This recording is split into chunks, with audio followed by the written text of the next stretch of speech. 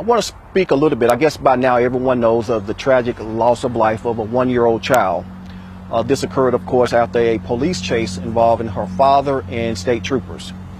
I have been involved with several cases where individuals have lost their life, innocent individuals, during police chase. And each jurisdiction has its own policies in regards to when to start a chase and when to cut one off.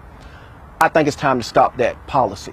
I think that there should be a statewide standard policy on how these chases are conducted, simply because we're seeing too many lives lost, and usually it's an innocent individual, just like in this case, loses their lives. I think it's time for that. We know that texting, when they started talking about laws to govern texting, they came out with a standard law across the state. Well, I assure you that more lives have been lost during police chases here in South Carolina than from texting. There's no reason we don't have a standard policy that governs how a police chase should start and how it should end. There's no reason in the world someone should be chased because of a speeding ticket. It's non-violent crime. And so without a violent crime, I don't think we should be endangering the lives of individuals. So I'm going to be calling on, along with the family, we're going to reach out to some of our local officials and ask them to look at the potential of having a standard policy to govern here in South Carolina, to govern how police chases are conducted, how they are to start, and how they are to end. I think it's very important, and it's sad that with this 1-year-old child has lost her life.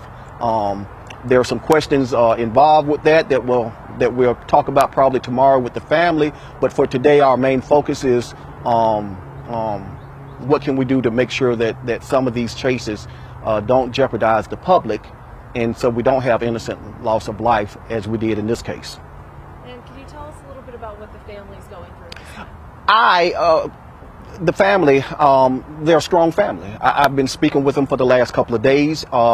They're holding everything together. The grandmother, who I've been speaking with, and I also spoke with the mother of the little girl. They're strong. It's painful, of course, because we're talking about a 1-year-old child. But from what I can gather, this is a strong, tight-knit family.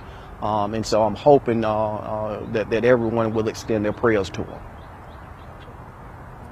You said there was an issue with them viewing the video of the incident. Can you explain that? Well, we'll be talking about that. That's one thing we'll be talking about tomorrow, along with the family. But today I'm just simply talking about the policy, because each agency in South Carolina creates their own policies to govern chase. And it shouldn't be that way. The county, Greenville County Sheriff Department does it one way. The city does it one way. Highway Patrol does it one way. And I think that in itself shows there's a need to have a standard policy to govern this. We've seen plenty of deaths. I've dealt with 6 of them within the last 3 years from a chase. My own nephew, over 15 years ago, lost his life behind a police chase. I know individuals will say the best way to stop that is for individuals to stop, comply. Well, at that time and moment when a person chooses to flee, I'm not dependent on them to protect the public. I'm dependent on law enforcement to protect the public, because they're the professionals. They're the ones who have been trained. So having something that's standardized, a standard policy across the board, I think would help stop some of these deaths, some of these loss of life that we've seen here just in Greenville. If we talk about the state, of course, that number goes up, but just here in Greenville, the Greenville area, we've seen this for the last couple of years, where individuals have lost their lives because of a police chase, and it's just not worth it. None of the cases I was involved with dealt with a felony or a violent crime.